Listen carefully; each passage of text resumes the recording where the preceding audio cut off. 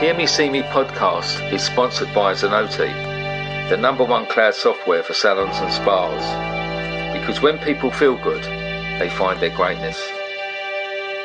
I am Stuart Roberts, and I'm really excited to introduce my new podcast, Hear Me See Me. It's just over 5 years ago. I did something that changed my life. What it did, more than I could have ever realised, it helped me. I have met some absolutely amazing people. Some of the people that work in some of these places, many of them are volunteers, but some of them it is their job. I'd had this idea after being inspired by a guy in America I'd seen cutting hair on the streets and seeing the difference it made to the guys who were there. This is more than a job. This is a calling.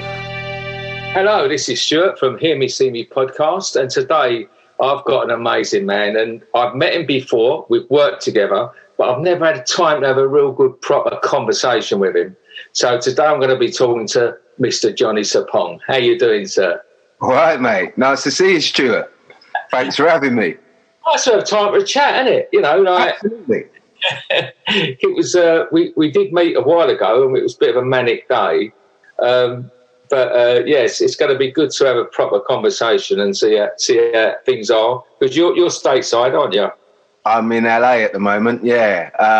And yeah, I mean, you know, California, lovely state that it is. You know, we live probably about, I don't know, it's about a 25, 30 minute drive to the beach. We're over in the valley, and yeah, it's the great outdoors, really. You know, I've got 4 kids, so the kids like to be outdoors and they do a bit of surfing and, you know, all that kind of stuff. It's just bonkers at the moment because the boys are used to playing football and, you know, doing sport and all that kind of stuff, and because of COVID, you know, everything's been cancelled. Because I listen to a lot of Joe Rogan, and right. He's like, because he was based there and he's moved.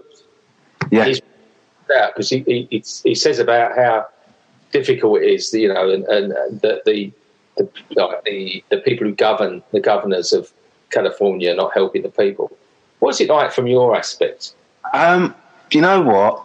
I kind of sort of feel like, you know, I don't know, like California as a state, to me, has always felt like it's been an island anyway. Even though, you know, it's part of the United States, it's just the way that people's attitudes are and the approach, and, you know, living off the land, being you know, sustainable, thinking about ecology, climate, all these kind of things. And with COVID, it's sort of like, you know, it's the first time I've ever seen like the place actually stop, you know, like stand still physically. Like, you know, it's a city that generally, or I call it like a town in the middle of a desert. Do you know what I mean? Really, more than anything else. And the functionality, and what I mean by that is that, you know, London or New York, you got that fast pace. It's 24/7, and, you know, people actually walk around in the streets. Do you know what I mean? Whereas here, everything's so spread out that really you know, you're on a car or on a bike or you know, using, you know, the barely there public transport. And I think since COVID, I mean, as it's done for the whole world, it's just brought everything to a stop. And it's a bit like, oh, right, okay. So, like, I go and I do hair for, like, photo shoots and, you know, all that kind of stuff. And even as simple as Stu, going in and, like, you know, I got a good dear friend here who runs a couple of salons called Salon Benjamin. You know, I work alongside him and give him a hand doing a bit of education with the juniors. So it's a bit like good cop, bad cop, but it's a laugh. Do you know what I mean? But the point is as you were saying about the governor and local government, you know, across the board, the government are just all fighting with each other, right? Yeah. So it's like, okay, you can open, but you can have 25% capacity. So, you know, you got a salon, you got, you know, 25 chairs in there. you do the maths. You've got the stylist in there, you've got the colorist, right? And basically your chair, in principle, costs this much, right? To rotate, to run, whether it's an hourly rate or like 45 minutes or 30 minutes, whatever that is. And all of a sudden someone's gone, oh no, you can't, it's going to, you're going to be infested. It's going to be this, it's going to be that. Not to mention that actually, we've not been doing this from day dot with the hygiene and safety. And that's what I'd say to you is that, I feel a little bit like I'm sort of trapped in a sense. So it's like being in an open prison, maybe in some essence. But the reality is that, we had to get out of town for a couple of days just because, the boys, we were in the middle of the sort of school holidays. So homeschooling was out.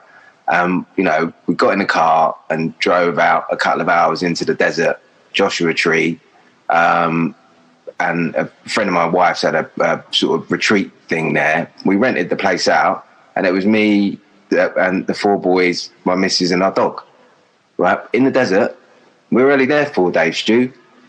It was fucking brilliant. Excuse my French. But it was bloody brilliant to just be like, and being out in the desert, getting that sense of nature, totally kind of like, it was like a refreshing moment. Do you know what I mean? It's like, we sort of feel like we're not necessarily just trapped somewhere where we're never going to be able to leave again and stuff. And I think that mentality doesn't help because I'm the eternal traveller, like gypsy. I'm used to being on the road all the time. When we met, I think and we were doing haircuts for homeless during Fashion Week, right? And the British Beauty Council were launching something, and it was the usual bonkers, right? Like nutty. But that element, I feel like, was always like, I'm not about control. I like to kind of actually feed off energy, feed off people, feed off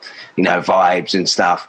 And this is something that's made like the kind of aspect of understanding what my mental health well-being is all about as well, So sorry to ramble on, mate, but I'm like, it goes through waves. I spoke to a dear friend of mine and someone who I collaborated with sometimes, and she runs a global business, and one of her offices is in Paris. And, she basically needed to be back in Paris for, a big meeting. And it's like, you haven't been able to do like whatever you need to do to run your business, right? When you're a business person, you have to be in places. And it's all very well doing things over Skype. And me and you are having a lovely conversation because we've got modern technology, right? But she made a really valid comment, and it was something along the lines of the fact that I'm a sociable person and I like to be sociable. And currently, in the state of California, being sociable is not allowed. So I was like, love, I get where you're coming from. So, for us all across the board, hairdressers everywhere, right? We're about being sociable. Do you know what I mean? It's like it's a big part of our lives, right? And DNA, yeah, what we are. Yeah, it's a kind of like, and if someone asks you that question, and you sort of think, I could definitely go through moments when I'm like, oh, I'm really all right for a chat now. Like, get the headphones on and sort of take yourself into a zone and not be there. But like, it's tough, Stu. It's tough, and I was only saying to someone yesterday, like, as things go on, as you're trying to sort of start trying to work out like how many days there are in a week again, what formats, and setting yourself boundaries and goals at least, because like it's the same as the windows. Like when you were texting me the other day, and I kept saying to my wife, I was like, oh, right, so when I do these calls and I'm having this meeting and I've got to do this, like our house is like a college campus now, and like no one's at college yet, but it just feels like that, and it may as well be the college campus plus the dorms, and then it's like, you know, Karen's got to do yoga in a bathroom now because like that's the warmest place you can get a room, right? Then I'm like in one of the bedrooms, and then, you know, the kids have got, you know, some are in bedrooms and they've like pretty much put signs up on the door when they're kind of like, oh, I'm in the middle of a science test and stuff. And then you've got to go and sit in on some things because sometimes you're having like client, like teacher, parent conversations because like something, you're getting all these text messages on the side going, oh, you know, Jude has not done his homework this week. And it's like, well, Jude didn't have any internet this week, so he couldn't do any homework. But like that. So it's challenging. Let's just say that, to say the least. And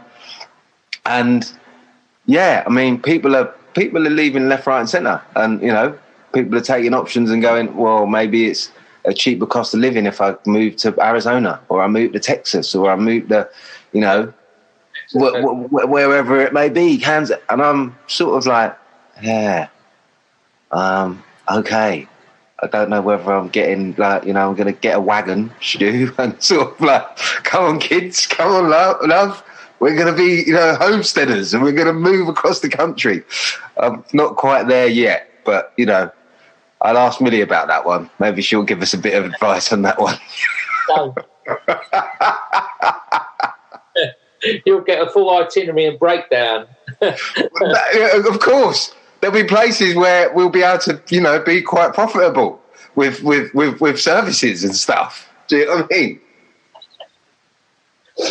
We've got to mention Millie because we both love her dearly, and she's just a force. Absolutely. And I can't say enough about I don't think people are realising how hard she's worked over in Britain, like the last few months, like because our industry's been assaulted by it all, you know, and it changes from week to week to week, and she's just been there, her and all of the Beauty Council, just keeping government and you know, they've got to start taking us seriously because they still see us as a little niche craft. But this is the thing, you know, like you know, we in the craft, right, as part of it, as, you know, hairdressers, makeup, beauty therapists, you know, entrepreneurs, artisans, you know, it's a collective of people that what's really funny is in most conversations, you know, when you were in the pub, when you were at a you know, dinner, or, you know, at a party or whatever, what was the conversation about? Oh, he's a hairdresser. Oh, what can you do with my hair? What can you, and you know, in any sort of sense or line of engagement, you know, I remember years ago, I did a project with GQ.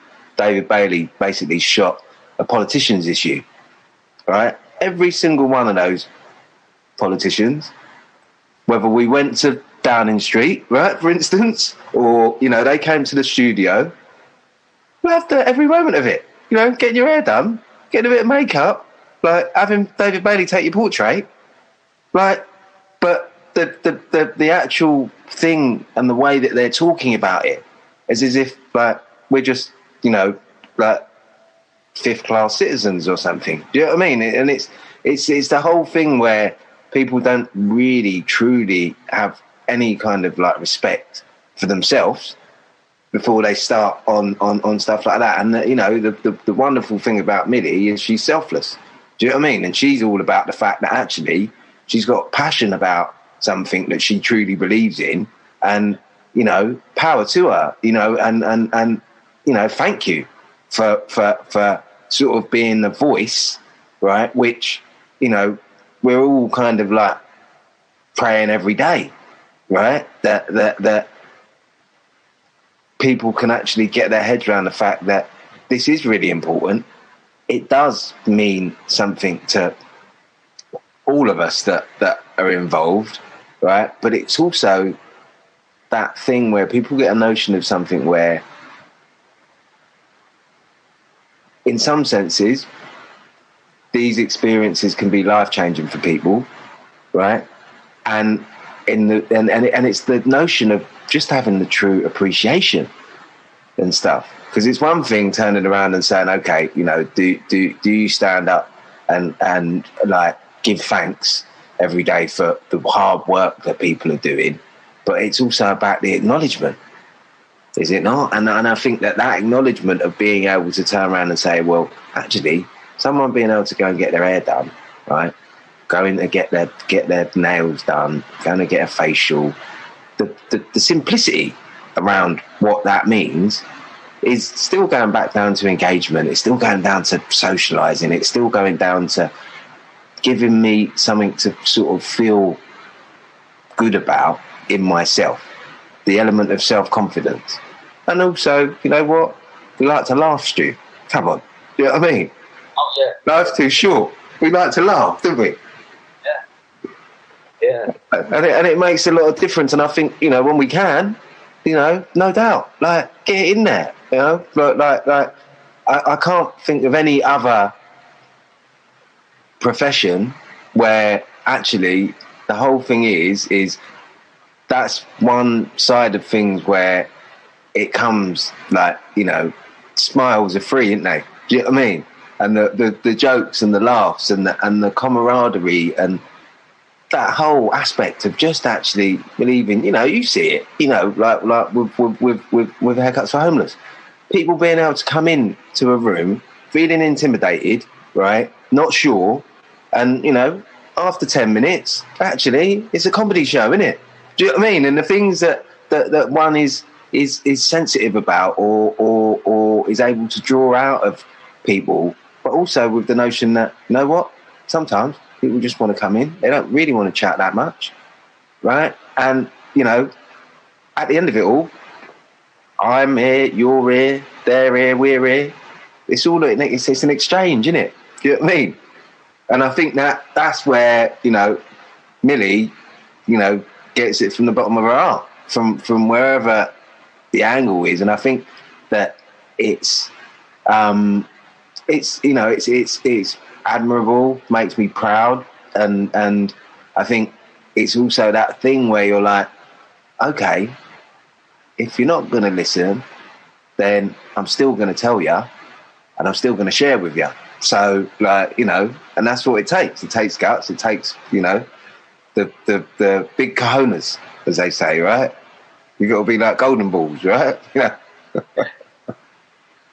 I mean, from both aspects. I mean, people expect it, and they say, "Oh, it's when we do the Haircuts for Homeless." They say, "Oh, it must be so sad," and you hear so sad. I go, "Yeah, it is," but I must get across to you how the joy and the happiness and the laughter and the camaraderie when we go in these places, because people are broken down to what's most important, you know, and it's this pure, like, a pure companionship that you get, that you totally day life, you know.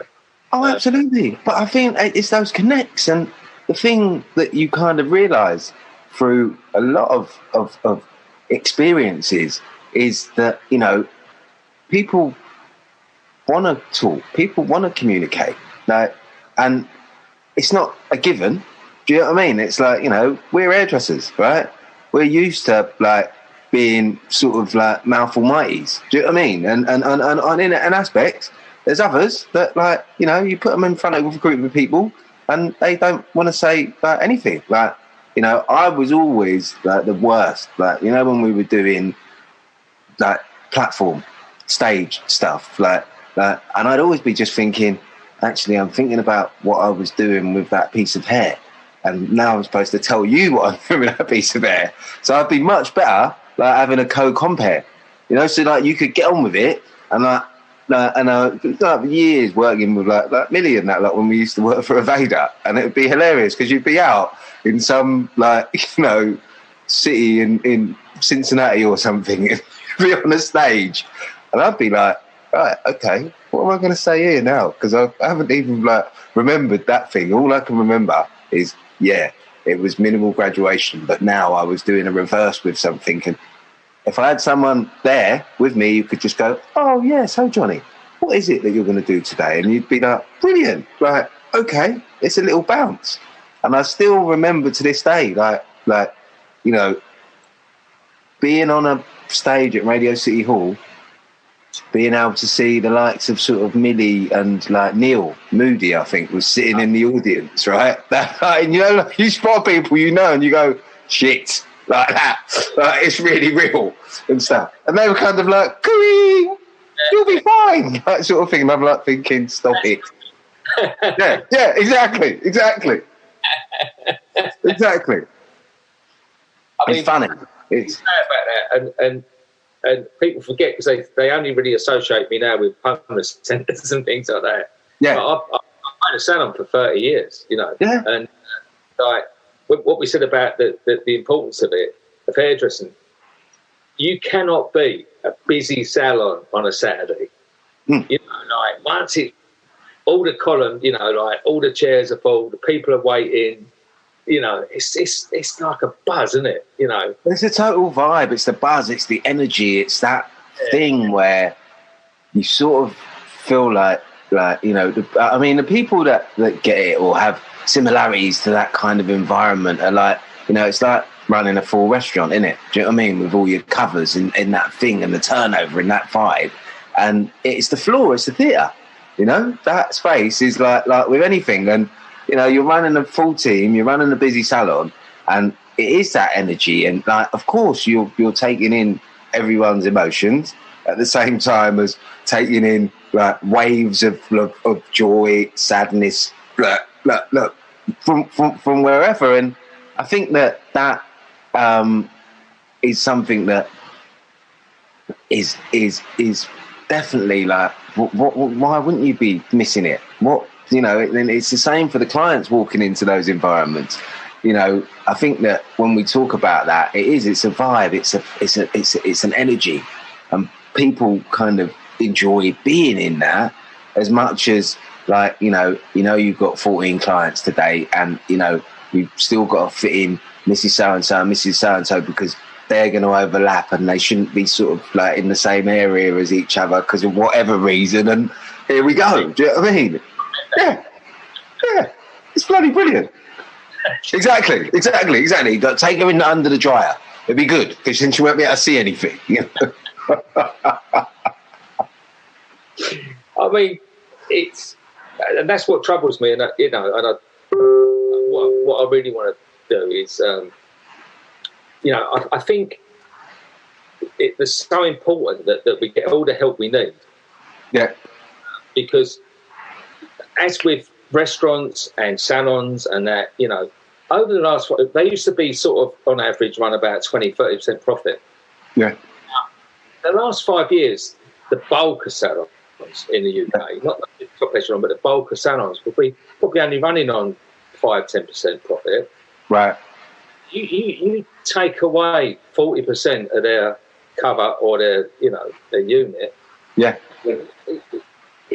It can't go on, you know. They must allow us to keep going.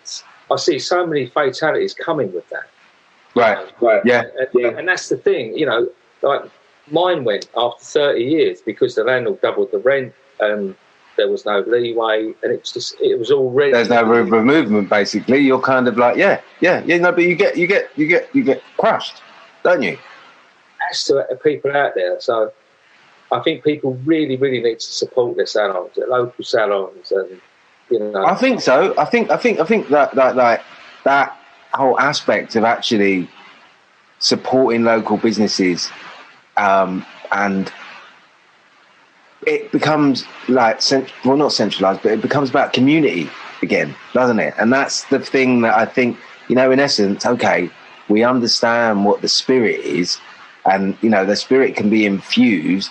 And it doesn't mean that it isn't something that isn't coming from all around you, in essence. But when you kind of look at it in that way, and that's what I kind of sort of mean about that, what I see in, like, say, California, for instance, is it is quite interesting when you do get out of like LA or something, and you're for instance, in Joshua Tree, you know, it's a desert community, but it's a community that people are looking out for each other, and you can kind of see that sense of something. And I mean, I don't know, I think about the fact that, you know, when the lockdown first happened, locally people were communicating with each other.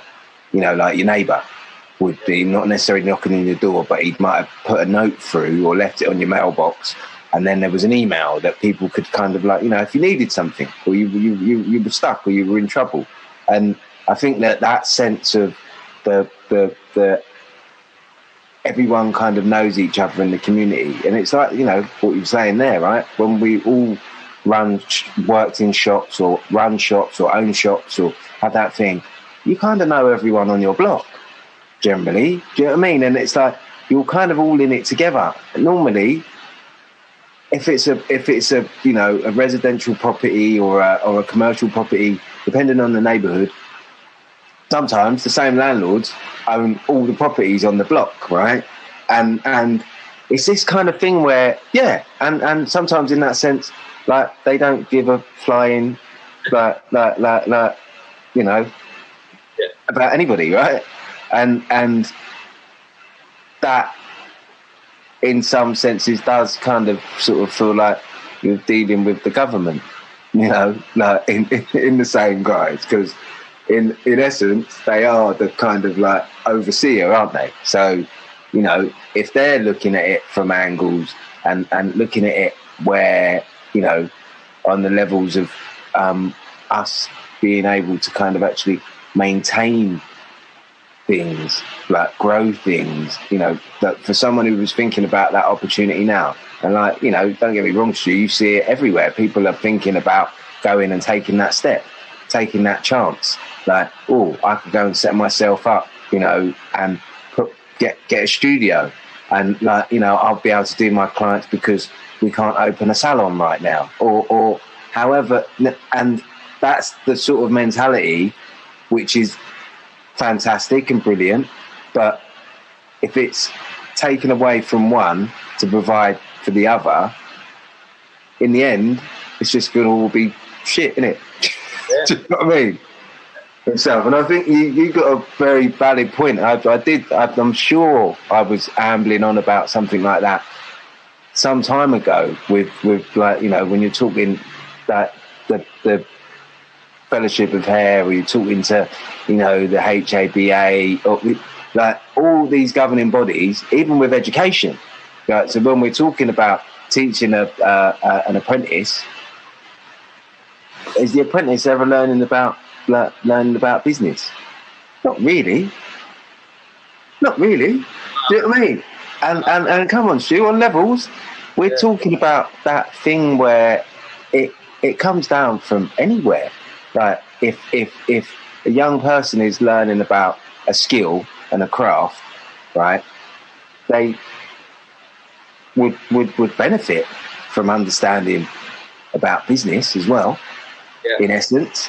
And it's also about the same thing of thinking, like, you've got a dream, and why wouldn't you dream to be living in your neighbourhood and put a shop on your high street? If there's already one there and you're already doing that, there's opportunities and room. Yeah. But it's also having the aspects and having the understanding of how to navigate this, right?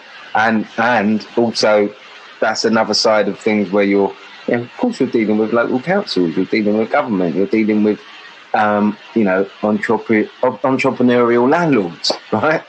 And you know, everyone's up against it. I think that's the thing right now is you know, the government and the mentality of government is very much like, oh, well, you know, maybe you'll be able to retrain. Maybe you'll be able to do this or do that. And it's a bit like, come on. I don't know if but in the British press, they had this thing, and it was it's about the arts, and it was arena, and it's like you can be trained, and it's horrendous. You know, my daughter's just spent 3 years at uni, come out with a first. You know, brilliant. Congratulations. Media. Yeah. Shop, you know, because there's all day, but she's still lucky enough. She's just got a couple of things coming up. But the idea to put the, you know, to squash people's dreams, say, oh, you know, it was. But that's exactly it, right? The whole thing is like, you know, I think whatever the scale and however we feel, that idea of just stepping on your dreams because actually it doesn't matter. Oh, no, that's fine. And it's very much like a sort of computer says no, right? You know, you're going to go in and type your name in, and you put your name in, profession. Oh, no, okay.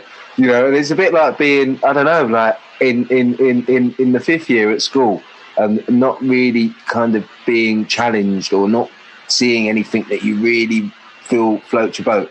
And you sit down with a careers teacher who sort of goes, right, yeah, and maybe sort of says, oh, yeah, okay, army or plumbing or, do you know what I mean? And it's like, oh, you're really quite academic. Maybe you should go to medical school or law school. Okay, next. Yeah. But at the point that you make engagement, I mean, I was a right little shit. So my careers teacher was brilliant, Miss Price, I remember.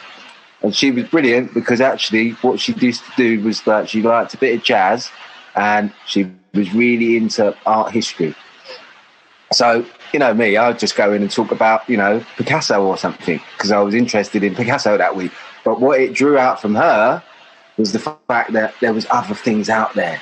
It didn't mean that because you were thinking in your head you wanted to go to art school and your parents didn't think that was, like, you know, going to be a fruitful, like, engagement for life, which they were absolutely right. Do you know what I mean? It wasn't necessarily going to be fruitful, but maybe it was going to be inspiring, Stu, or something. So again, Where was that? Where was you brought up? Where I was brought up in West London, South Acton. I was I was born in Queen Charlotte's, which was, at that time, it was Stamford Brook. And then it moved over to sort of Hammersmith, so right by Scrubs, Wormwood Scrubs and all that. So yeah, Acton boy, you know, both parents from West Africa, Ghana. So, you know, dad's an accountant, mum's a chef. Yeah. Their son was going to have my mum was like, you're not going to go in the kitchen. That's not going to happen. And I'm like, what do you mean, mum? I'm having a great time coming here doing like odd jobs and, you know, being a kitchen porter on my school holidays or whatever, weekends and stuff, me and my busy mate. You know, she was like that. She goes, yeah, this is not going to be your future. I know you're just getting a bit of back money in your back pocket. And like, so, you know, you'd be there lunchtime, sneaking out to try and have a little cheeky fag and stuff, and like not making sure your mum didn't see you, but mum's best mate used to have like, you know, what was it, the hundreds or whatever, Super Kings or something. So you'd always be nicking fags off her when she'd put her penny up or something like that. But the beauty of that was that I think it was about being able to understand what your strengths and your weaknesses are, but engagement, people, you know, like I always used to just be like in awe of the fact that, you know, my mum could hold like court in a room and like, you know, you're basically serving in a canteen, right?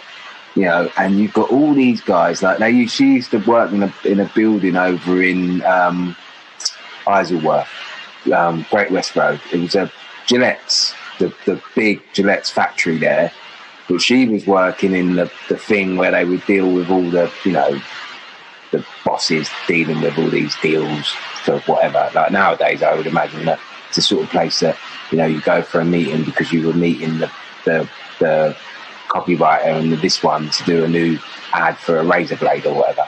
You know, like that kind of thing where she was dealing with all the silver service and stuff. And so when her boy and his mate turn up to do like, you know, summer jobs, casual labour, right? You know, and I think we were getting like 100 quid a week or something like that. Well, whatever it was kind of like great because you were like 15 or something.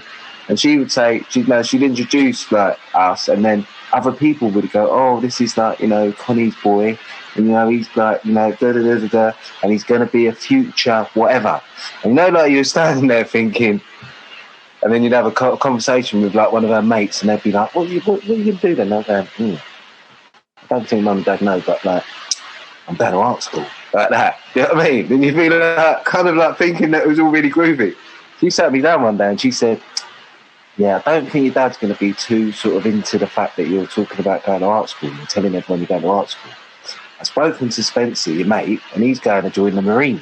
Like, like that. And I was like, yeah, because he's just fucking idiot. But anyway, like, yeah, but the brilliant thing was that my mum, behind it all, when I sat down and I sort of said to her, look, like, if you lot are not going to support me, that, you know, mum and dad are not going to support me, you know what I'm like, and, you know, I just going to, like, do what I feel is going to keep my heart in the right place. So I said, okay, that, you know what, I'm going to stay on at school, do my A-levels, right?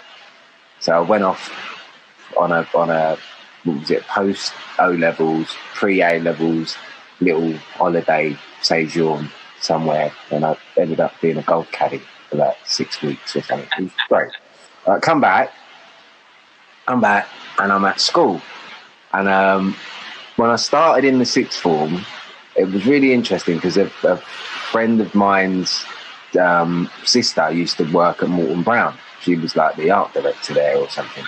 Yeah. And she was also in a band, right? So it was this whole kind of thing. So I think it was probably a little bit of a crush that I had. Like this lady was like, you know, in a band. She was like a hairdresser. And we could go around to, like, I was friends with her younger sister. So I'd be around her house all the time because, like, you know, they had written really good records and they were getting things in from America. And, like, her mum was, like, a total kind of brilliant, laid-back. I wouldn't call her a socialist, but I'd say she was about the people, and she was kind of like, she was about being sociable, and there was an air of just like, you know, I remember sitting down one day and the sister sort of said to me, she said, what do you reckon? Do you think like you fancy like, you know, coming and being my assistant for like the holidays or whatever? And I was like, well, I'm working at my mum's at the moment, like as a, you know, as a porter or whatever. And I goes, and that pays me this a week, but maybe I'll come and like sort of give it a try. Stu, probably after about 3 hours of being in a, you know, West End salon where my eyes kind of just were popping out of my head every single step that I made, I think I just was like, right, yeah. This is it. I think I found my calling. Not a Scooby of what I'd be doing or what I was embarking on or what I was even thinking and stuff. And what was brilliant though was that like throughout the years, like, you know, when you were like at school doing work experience, you know, I had a couple of mates who had hair salons. You know, one of them had a place in Kensington Market. Someone had a place on the King's Road, and so it was something that had always been there, but I didn't really think about it as like, I'm going to go and do this as a job. It was more like you just went and hung out at the barber shop or the hairdressers because your mates owned it. Or like, and if someone turned around and said, can you do a bit of sweeping up and making some tea? And the best one was like, you know, especially when I started working in the West End, it was like, you know, you just take the client's dog for a walk or go and put money in the meter.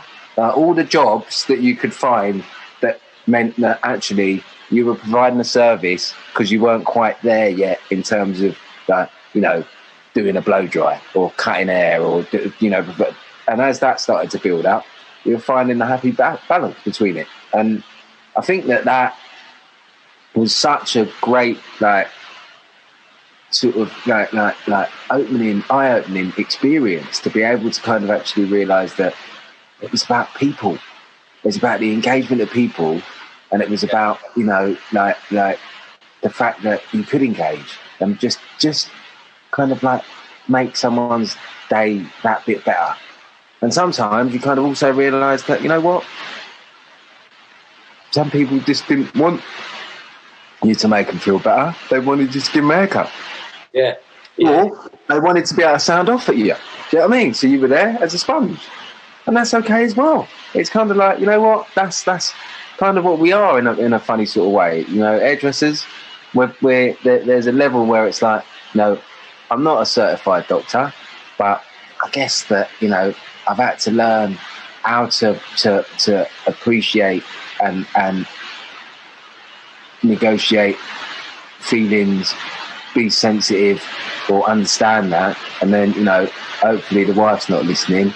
Do you know what I mean? It's kind of like that one where you kind of have to sort of do it full circle, didn't you? Everywhere in all aspects, you know? Yeah, that was so funny. Like your beginning of hairdressing was exactly the same as mine. Really? I was supposed to go to college, and then I hung about with this girl when her older sister was an hairdresser in a local hairdresser. I fancied her rotten, and then it was just, brilliant. Thought, I'm going to go and work there. It was exactly the same. And then I couldn't get a job in the one she was in, so I had to get their other place. Okay. But as you say, the minute I got there, it fitted me, and the sliding doors moment, I don't know where I would have gone if I'd have gone to college and done the other. Oh, totally. No, but you know what's really funny, Stu, is that I had a couple of mates who ended up going to art schools and different art schools. And what was really funny was when I started working in the West End, they were kind of like around because, one of them was at Slade and then someone else was at Goldsmiths. Later on, someone else was at St Martin's and stuff. So they were all in that kind of thing. So it was really great because I could turn up in the common room at college and most of the people thought that you went there because you were there that much. But you were actually looking for models for haircuts. And there was another dance one. What was it? I want to say Lambda or one of them. There was a Laban. There was a dance school. And I kind of got models out of there as well. And so it's that thing where you kind of realise that in a weird kind of way, there was part of it that I probably wasn't officially supposed to be at any of those sites, but you kind of like you had your own form of graduating through that. Do you know what I mean? And at the same time, you were making inroads in other areas and stuff. Yeah. Where did you go and work from college? From Morton Brown, I was at what was Morton Brown? So Morton Brown, when I left Morton Brown, I went to a place called Splinters, which was in Maddox Street, and it was basically they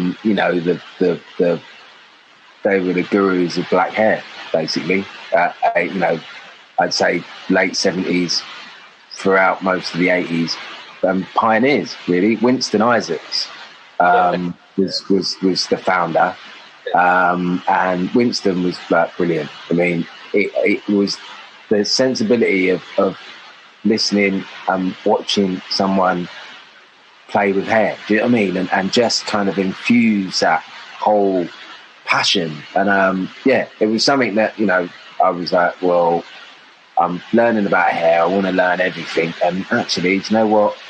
I want to be able to do my mum's hair and my aunties and all that kind of stuff. So, I think I was sitting in the upstairs above the staff room at Morton Brown, and there was a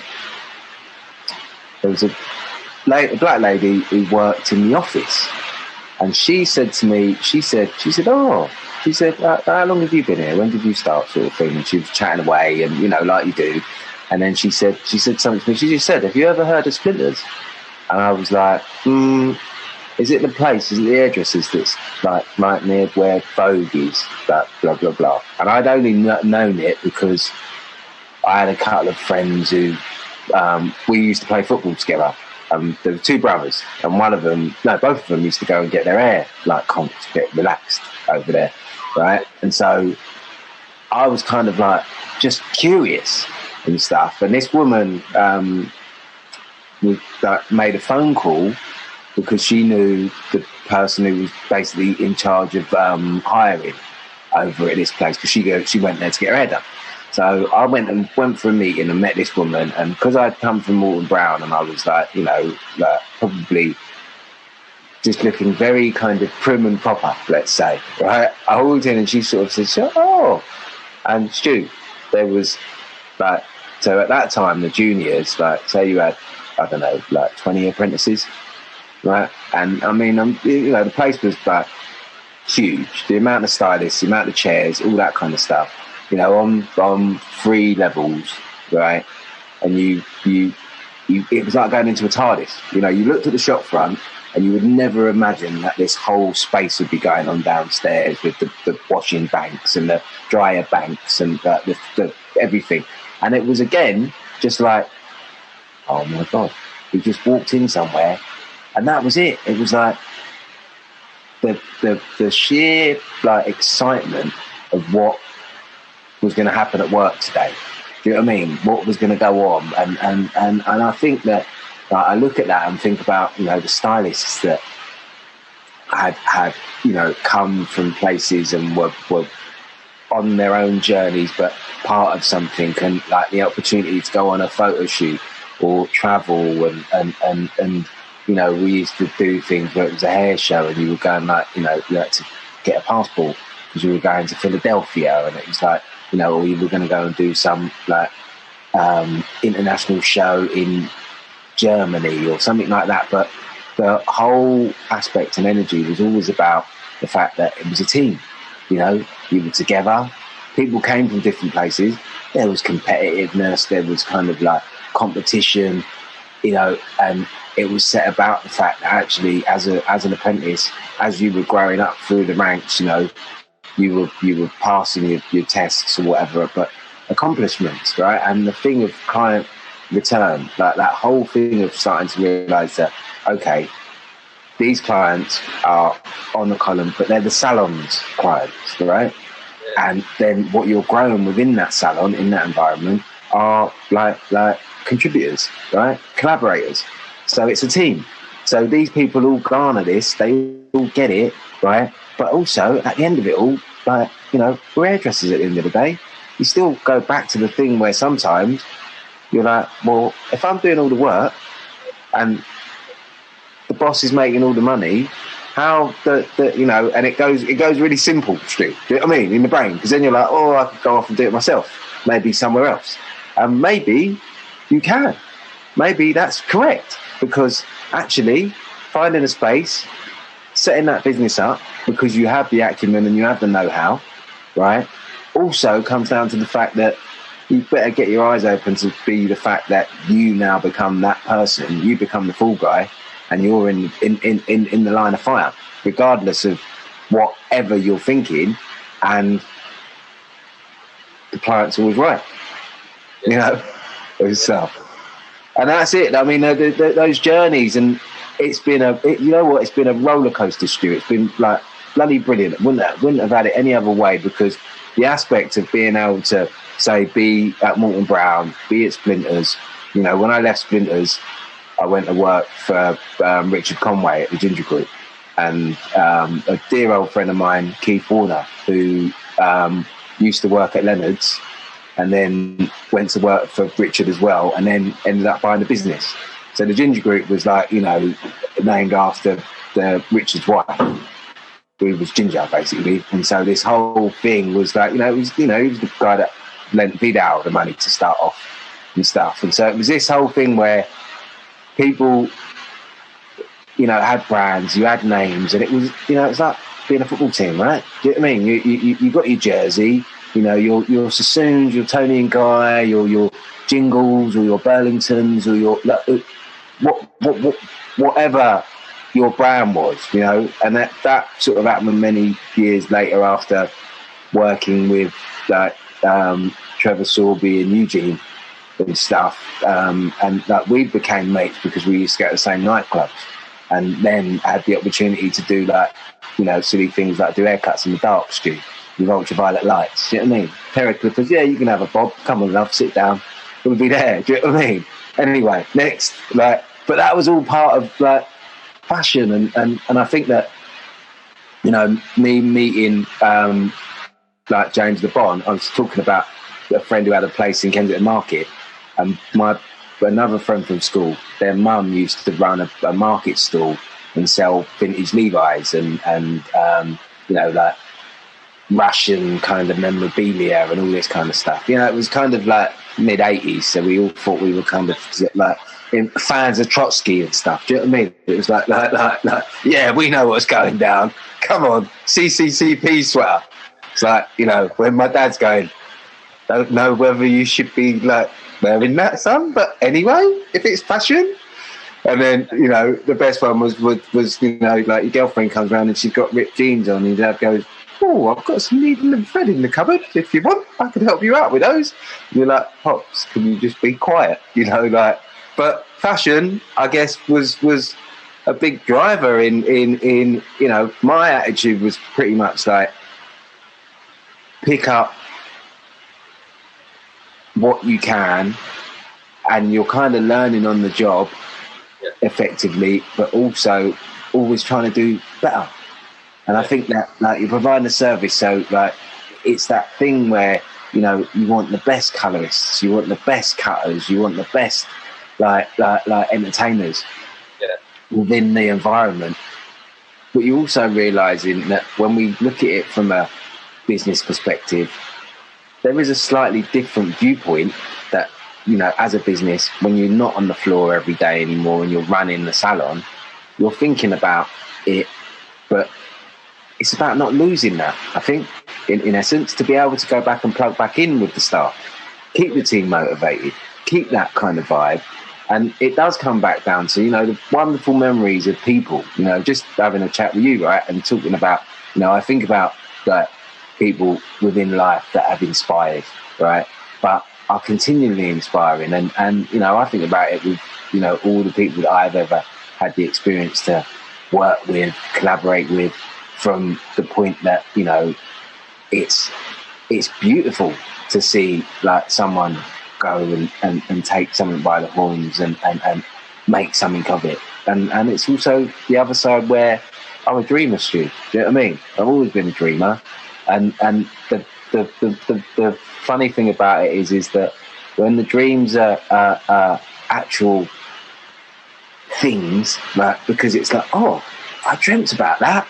Do you know what I mean? And I bloody mean it. I mean, I'm like you go back and you're like, oh, that's weird. Do you know what I mean? It's kind of like, it's like you saying, like, it's a total sliding doors moment, because you're like, well, if I'd have done that, it's the same as if, like, you know, I'd scored that penalty in, like, you know, that cup final when we were 6. Do you know what I mean? It's kind of like you know, come what may, but we are the I guess we're the torchbearers, aren't we? In our own dreams, right? Yeah. Good way of putting it. I think it's important to have dreams. It's important to continually learn, as you said about learning. You never. I mean, I learn every day. I learn constantly. And you know, if ever you think you are the finished article, you've really come to the end of the road. But I think with that though, you know, there's a sense of breakdown with things and really understanding and appreciating things. You know, where we talk about ego, or we talk about respect. You talk about kind of, you know, the things that we're talking about, that learning, wanting to learn, like sharing, teaching, and how those things, you know, have their own patterns, have their own cycles, and it's where you choose not to plug in with these things. And I think that, you know, in essence, you know, we have a duty to ourselves, but also like to the future of an industry, of a way of life that it is for some of us, but it's also how it affects other areas in life. And that's where I think it's such a brilliant thing that you're doing, Stu. But I also appreciate, and kind of, I think I appreciate it from like the level where it's kind of like, you know, you get it. You're doing something from an appreciation, but also a level of self-respect that you have, right? And that compassion for mankind, right? It's on levels where it's not a thing where I'm saying it to you because I think you are like doing something because you're trying to get the benefit from it. Do you know what I mean? It's selfless, and that's where it's kind of like really wonderful to kind of actually know people's motives, but when there is no motive apart from the fact of helping, you know, it's a big thing, Stu. And you know, one commends you, mate. And thanks, definitely thanks for having us on board to help out, or, you know, and I feel that it's also like something that's, you know, you're a father like myself, as many are, and even when, you know, you're not a parent, right? I feel like in some senses, you know, we have charges, we have people around us that need that guidance, right? So we kind of are like that kind of figure, like we were saying about Millie earlier. Do you know what I mean? It's like feeling like someone can be very motherly towards you, but it's also quid pro quo. Do you know what I mean? It's like, you know, how you're able to give that back, and I do think that that's something that it is about, you know, belief. It is about that sense of self-confidence, but being able to build that in others as well, you know, and stuff. And the moment of being able to share that or appreciate it or understand it is what makes a big difference. And you say, like, you say about it being selfless, but you get so much from it yourself that it isn't really selfless, because, you know, like,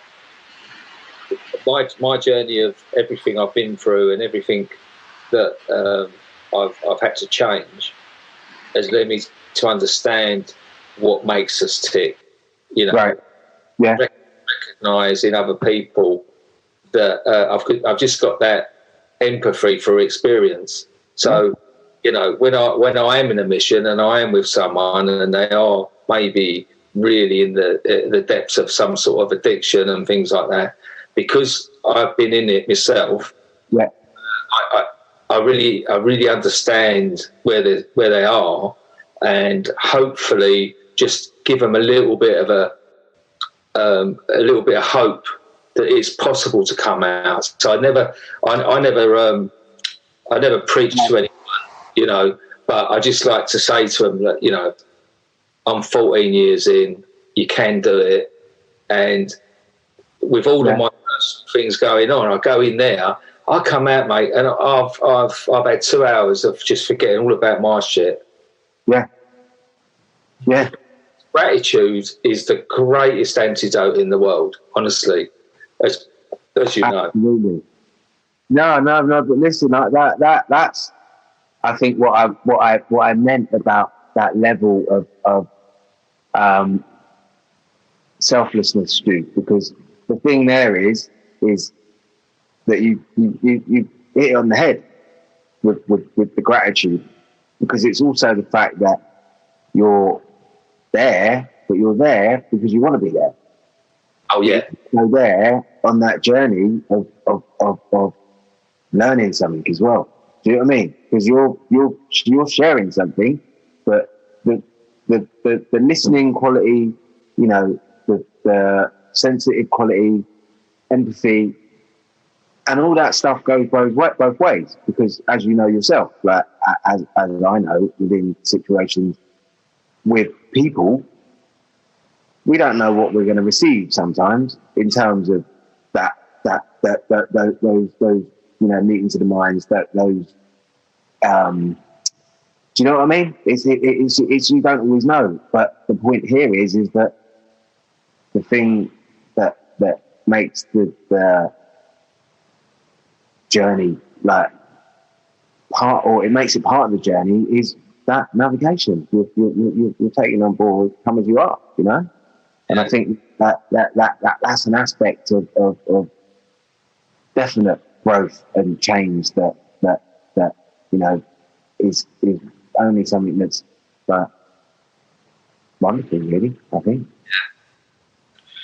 Well, my friend, that's gone quick. That's about the hour mark. That's it, mate. Couple of ladies hairdressers, gabbing away, mate. You'd have us here for hours. Do you know what I mean? It's like 2 minutes. But I've got to ring Millie, actually, so I should pass on your love, because she's going to come down a mission with me on Wednesday. Oh, brilliant. Be my doorman. Oh, nice. No, but good. Because she's I've got speak to somebody else because I want her to work on something with me. It's something that I'll mention it in short time, Stu, because it will be interesting for all of us.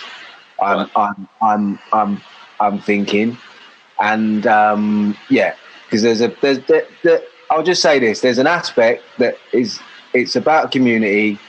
It's also about being able to kind of actually fully embrace things that I think that we're just waiting to understand how.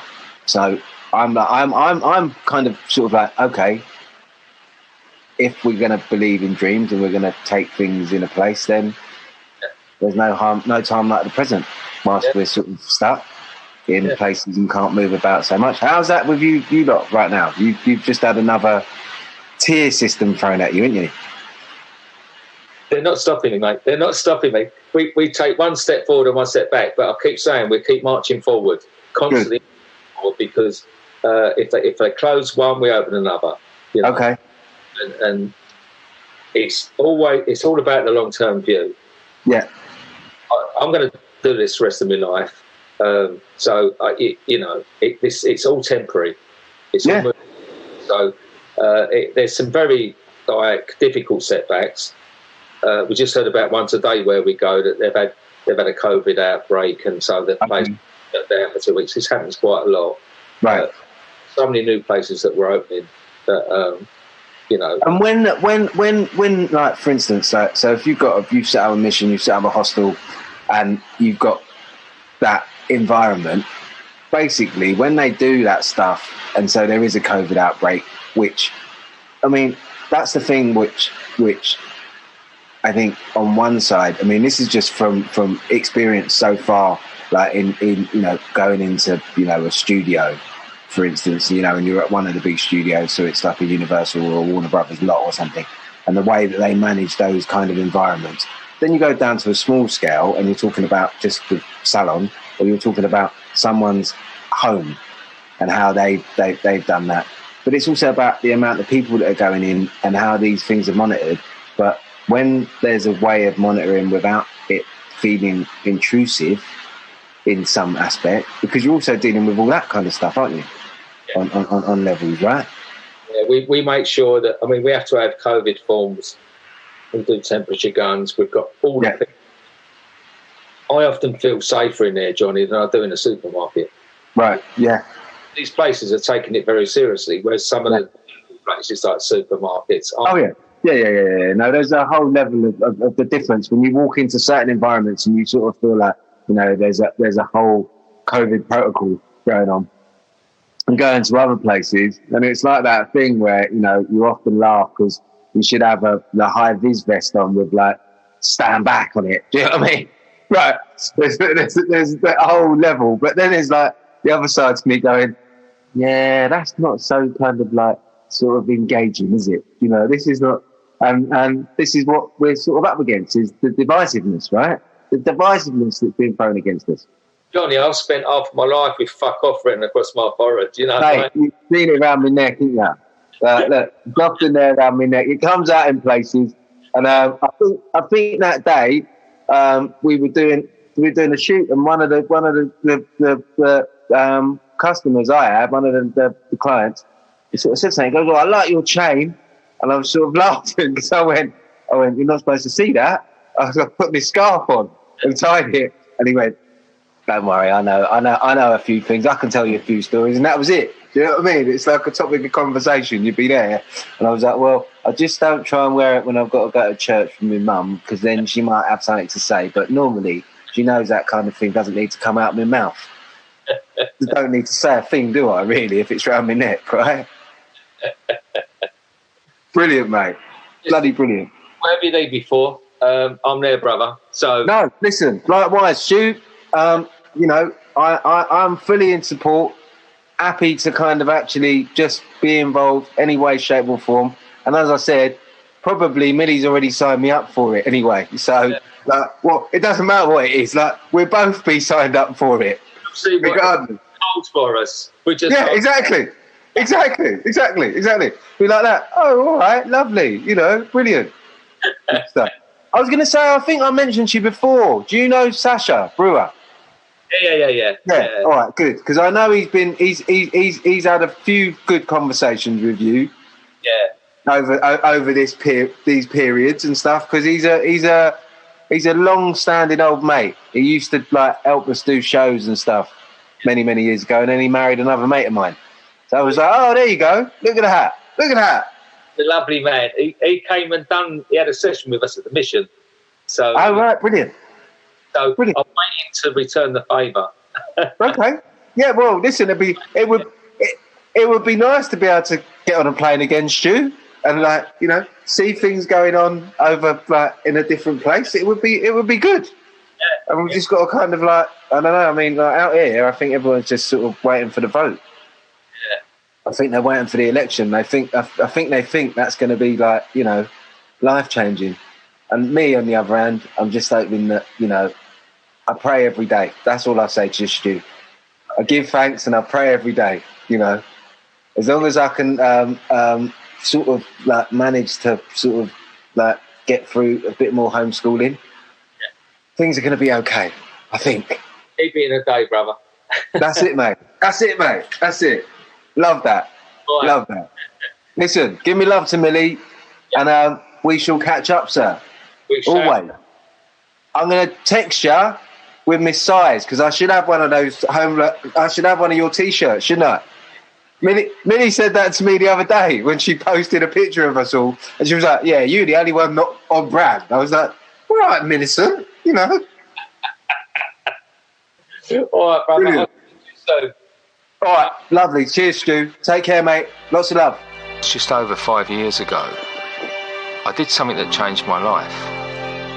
What it did, more than I could have ever realised, it helped me. I have met some absolutely amazing people. Some of the people that work in some of these places, many of them are volunteers, but some of them, it is their job. This is more than a job. This is a calling.